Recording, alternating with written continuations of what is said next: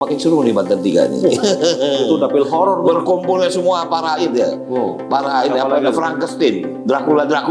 Orang bilang kan horor katanya. Ya mungkin Kemarin Pak Sekjen sudah perintahkan pasang tuh foto Rano di mana-mana aja gitu. Itu kan sudah petunjuk jelas, Bang. ya tentu apalagi DPP Pak Sekjen kan pasti bicara berdasarkan data. Berapa kali lembaga survei menghitung dalam tanda kutip quote and quote. Suara saya masih cukup tinggi. Jadi jangan begitu selesai tol baru bikin perencanaan. Saya minta maaf. Dulu saya masih kumpulin semua pimpinan daerah. Oke, provinsi mau dibikinin tol. Oke, kabupaten siapin. Udah mulai nih. Di mana untuk industri, di mana perumahan, di mana titik-titik itu mesti direncanain sekarang. Jangan sampai orang keluar dari tol sama juga masuk gang lagi. Betul.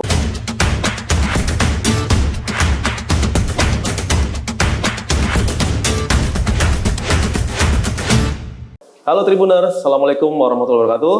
Bertemu kembali dengan Bincang Santai Tribun Banten. Nah, Bincang Santai Tribun Banten selalu menghadirkan para tokoh-tokoh di negeri ini dan khususnya para tokoh di Banten.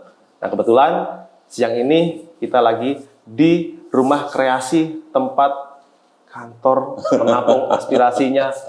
Ingat aktor kita, Bang Dul Rano. Selamat siang, Bang. Selamat siang, Li. Aduh, thank you ya, mau mampir ke warung. Belum ke warung, ini rumah. Ini warung kita juga ini. Warung kita. Warung kreasi namanya. Warung kreasi. Nah, inilah Bang Rano Karno. Ya. Pasti Tribuners pasti sudah kenal semua lah dengan Bang Rano. Amin.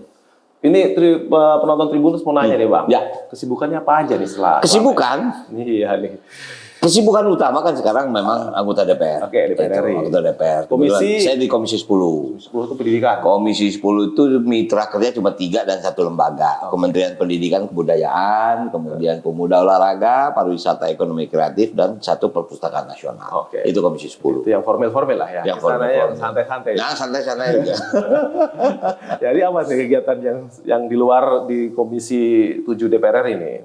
Saya dengar ada warung sidul. Oh, itu udah lama.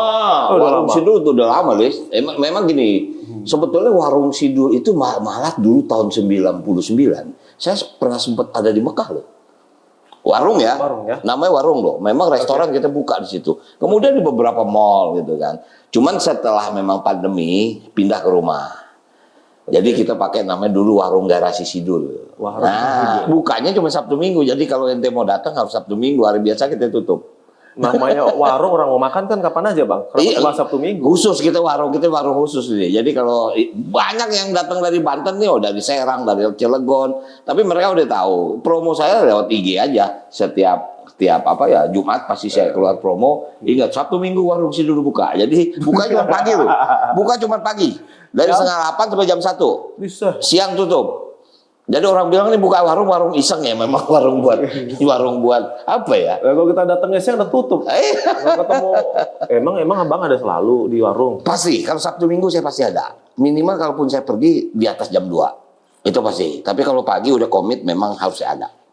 Gitu. Jadi siapapun Tribuners yang pengen, silakan Tribuners kalau mau datang Sabtu Minggu datang silakan di warung gitu. Itu. Bang, menunya apa sih, Bang?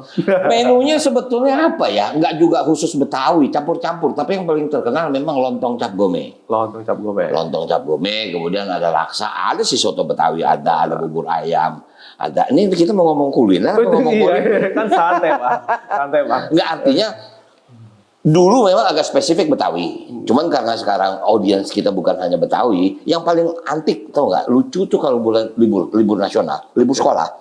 Itu bisa saudara-saudara kita dari Papua datang.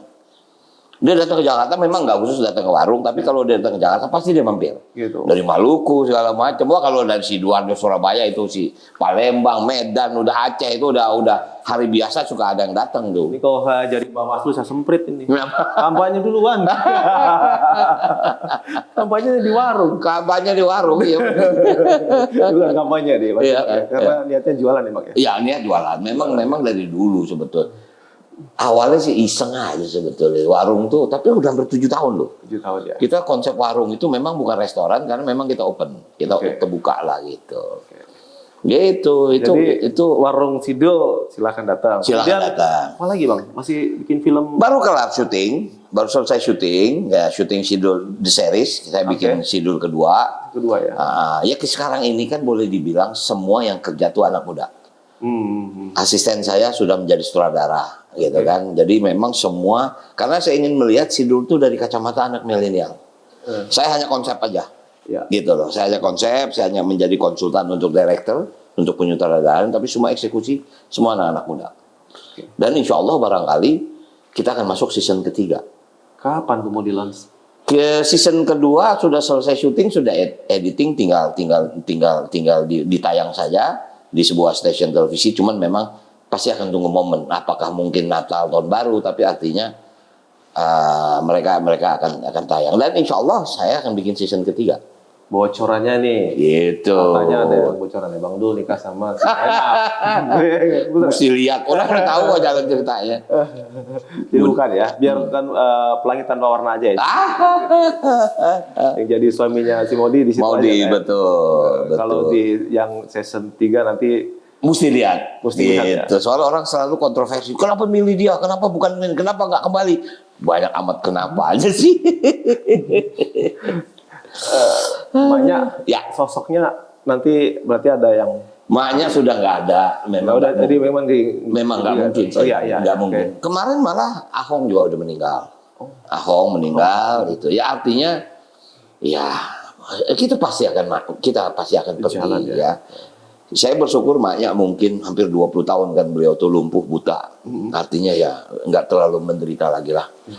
Kemudian ya Ahong juga cepat, kalau Ahong 3 minggu dia masuk rumah sakit, tapi memang setelah kolek. emaknya ya. Setelah Ahong selamanya gitu.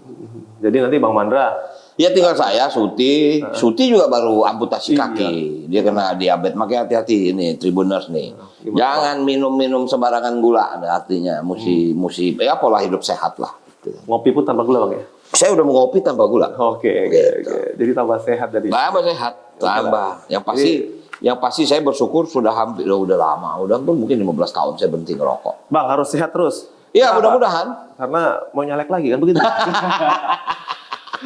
Mau nyari lagi insya Allah ya. Insya Allah 2024 ini ya saya maju lagi sebagai calon legislatif. Dapilnya tetap Banten 3, jadi makin seru nih Banten 3 nih.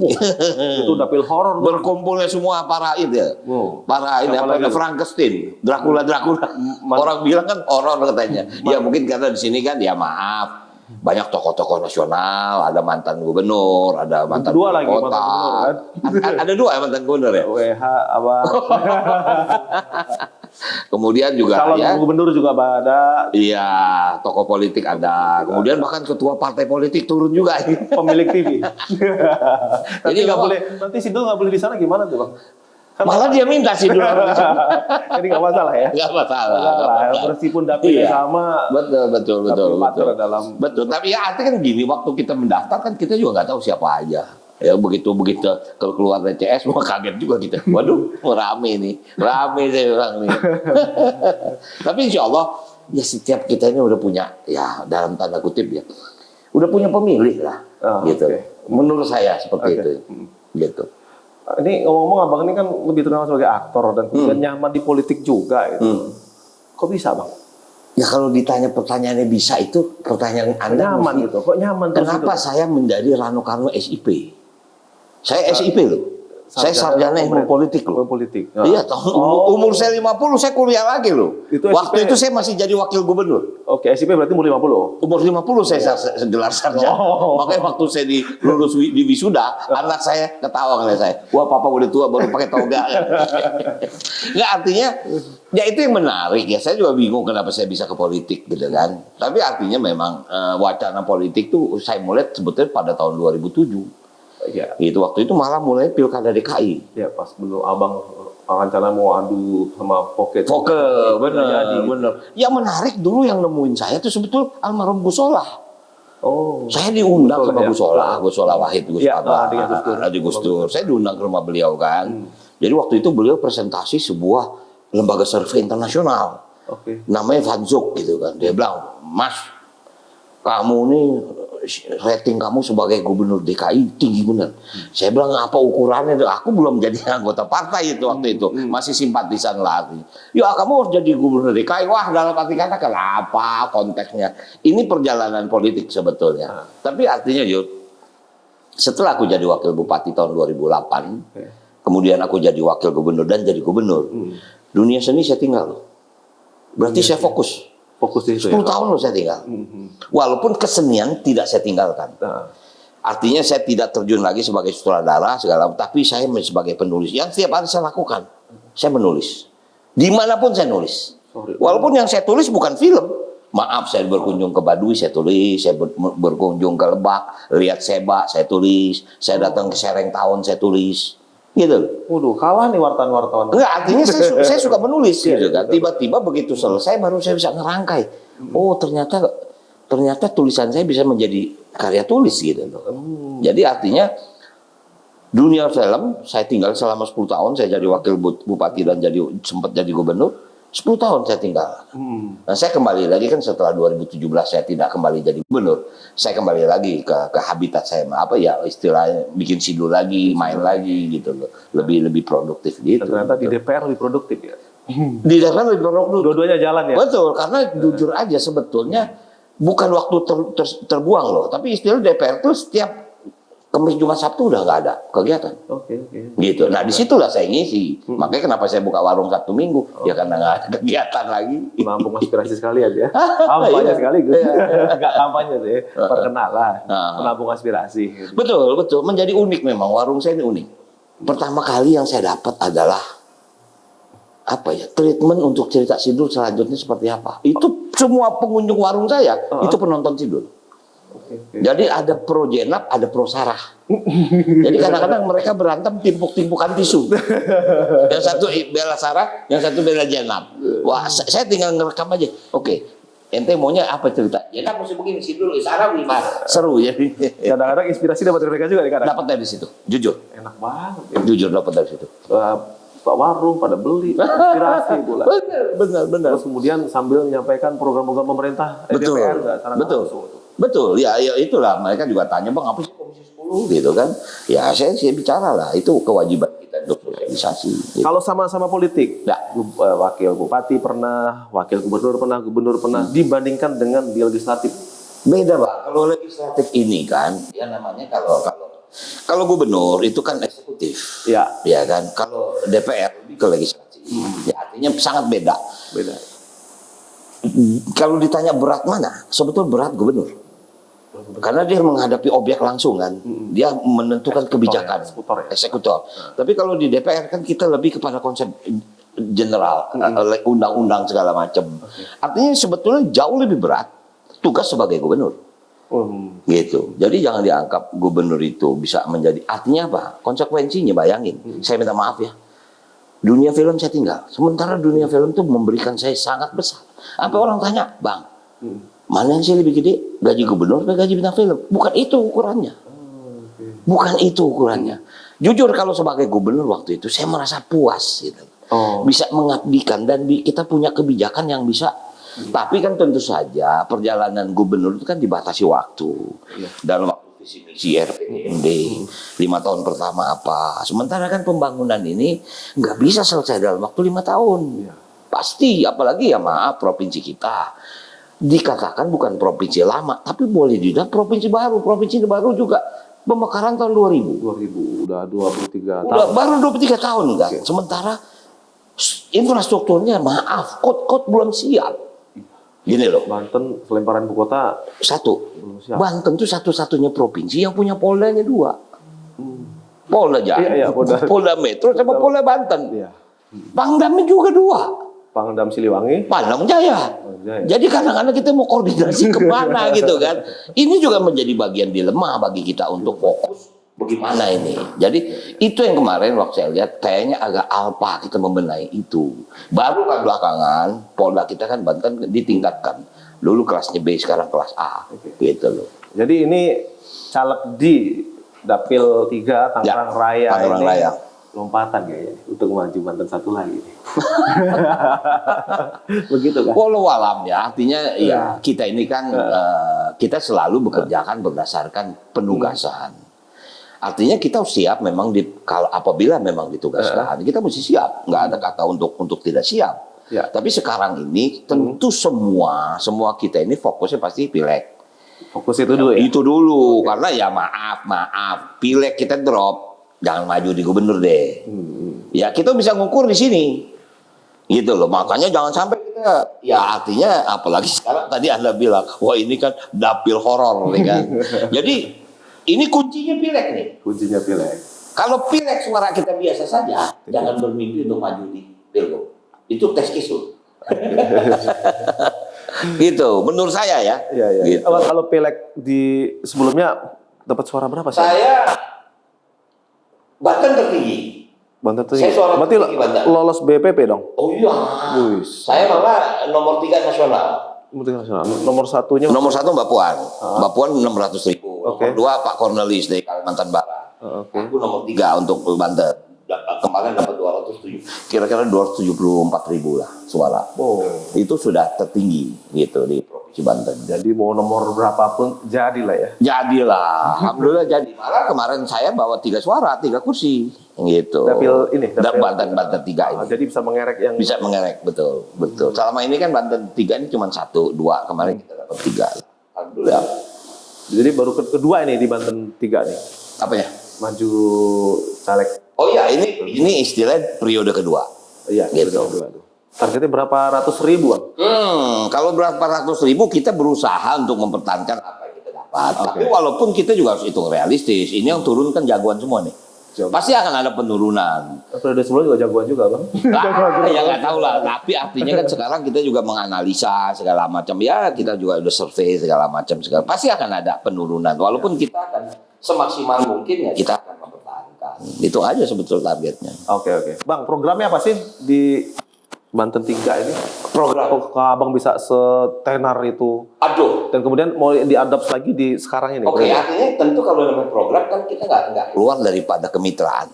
Ya kan, artinya misalnya seperti kita di Kementerian Pendidikan Kebudayaan. Kementerian punya program yang namanya PIP, Program Indonesia Pintar. Ini beasiswa untuk SD, SMP, SMA, SMK.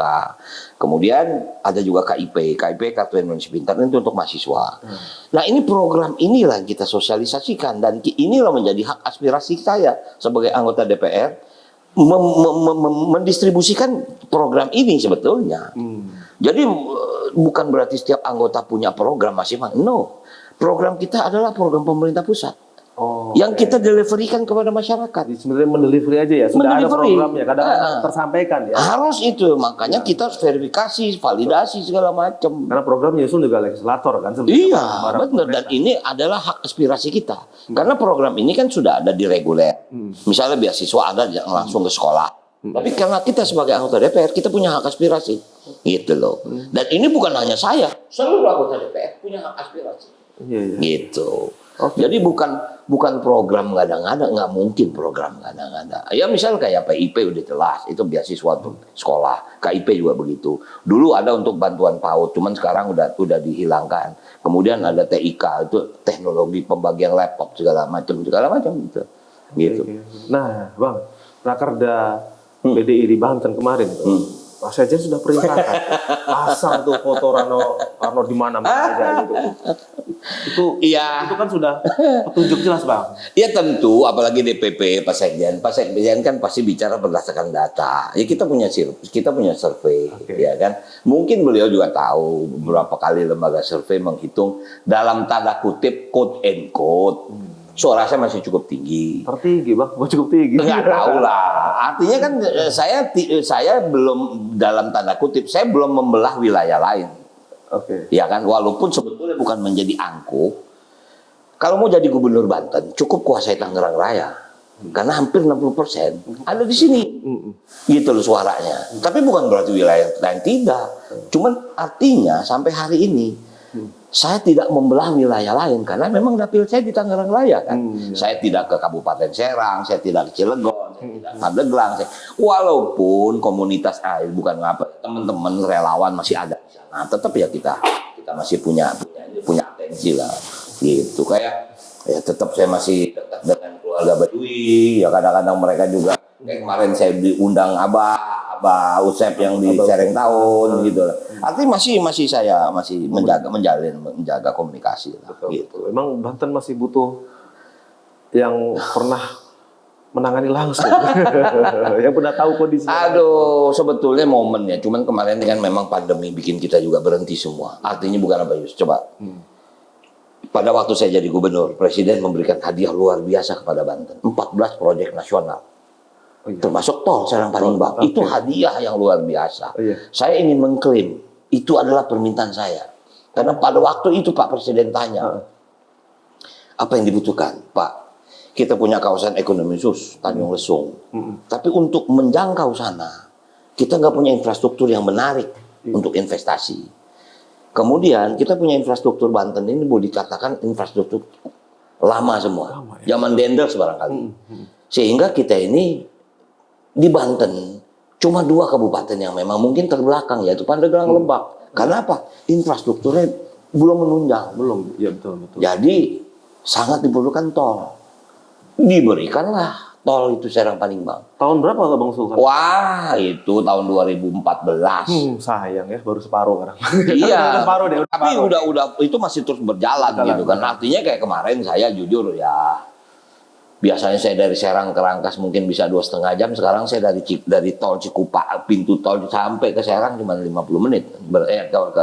Ke Rangkas cuma 50 menit. Itu kan artinya perubahan yang luar biasa. Betul. Nah, saya sangat yakin dengan tol ini jadi akan terbuka akses untuk 2 wilayah ini. Betul. Dan industri akan merata ke sana. Betul. Kalau enggak kan semuanya tumploknya di Tangerang.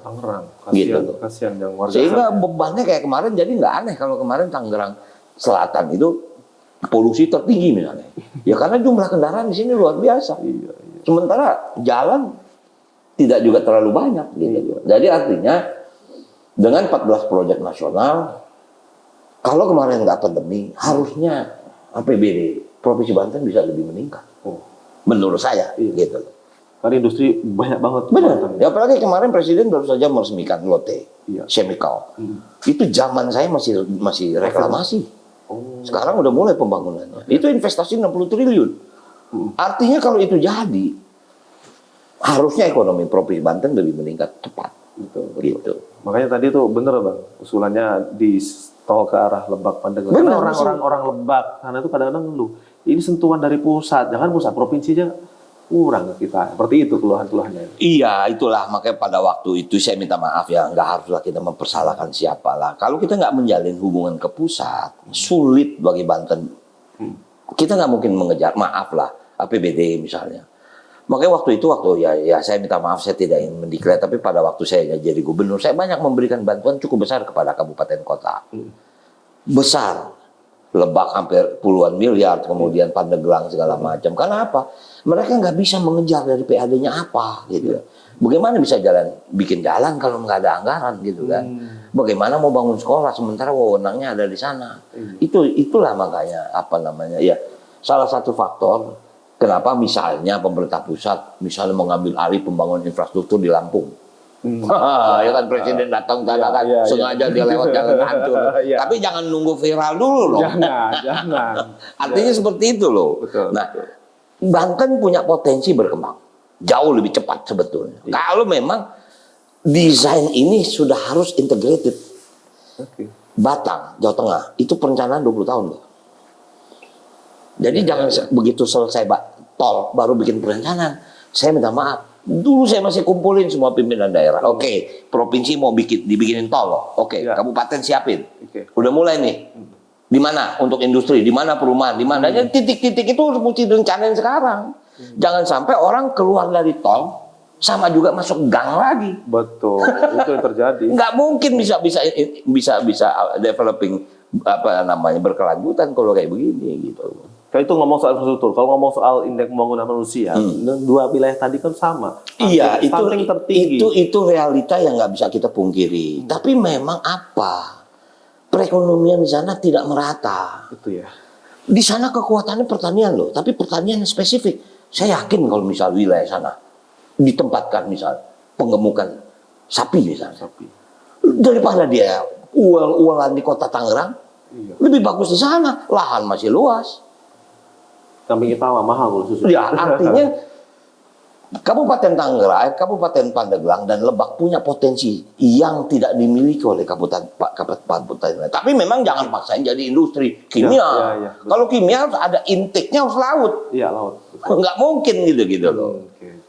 Gitu. Kemudian juga mohon maaf nih, di sana itu kan daerah-daerah yang dua wilayah tadi kan Jamban itu juga belum semuanya punya. Jangan jauh-jauh. Kabupaten Tangerang juga ada. Masih ada ya? Masih. Iya. Enggak ya, saya nggak bisa lepas. Oke. Ya, itu realita. Kayak Kabupaten Tangerang masih dolbon segala macam. Itu pertama kali saya jadi wakil bupati, itu dulu yang kita lihat. Ternyata masih ada. Jangan jauh-jauh lah kita jalan kita belakang ke bandara situ. Orang masih mandi di kali. Helikopter. Helikopter masih ada. Tapi ya itu realita. Kita nggak bisa Oke. mata. Bagaimana cara developingnya ini? Gitu loh. Ya maaf lah, mungkin yang namanya air pump baru masuk kan, baru masuk ke daerah Kabupaten Tangerang dengan air kerannya. Dulu kita mau air dari mana? Semuanya sungai. Gitu loh. Kalau ngeliat perjalanan abang rasanya udah klop banget itu. Wakil bupati, gubernur, DPR, kemudian kalau ini lagi masuk sini lagi, ini udah pas nih, udah tahu dari pusat, tinggal diimplementasikan di Banten. Dan satu lagi udah tahu semua abang apa yang dikerjakan gitu. Iya, artinya apa ya? Itu salah satu kenapa saya suka baca. Ya saya membaca, misalnya saya minta maaf lah. Waktu tahun 2000 pisah dari Jawa Barat, kok nggak berkembang, apa masalahnya sih? Oh ternyata infrastruktur pegawainya, kenapa misalnya di sana banyak keluarga? Oh ternyata waktu itu memang nggak ada PNS yang mau. Oh, oke. Anda bisa bayangin kalau Anda jangan jalan sekarang ke Malingping, dulu ke Malingping, nggak ada yang mau jadi direktur rumah sakit. Rasanya jauh banget Malingping. Waduh, saya sendiri pernah ke sana juga kaget kok ada jalan-jalan provinsi. Sapi aja nggak mau lewat apa. Tapi itu realita, makanya begitu itu saya kejar itu harus selesai. Itu sekarang udah cukup baik gitu loh. Apalagi sekarang ya maaf, semen merah putih ada di sana udah jadi kota baru gitu kan. Nah, artinya tinggal masyarakat ini mesti disiapkan.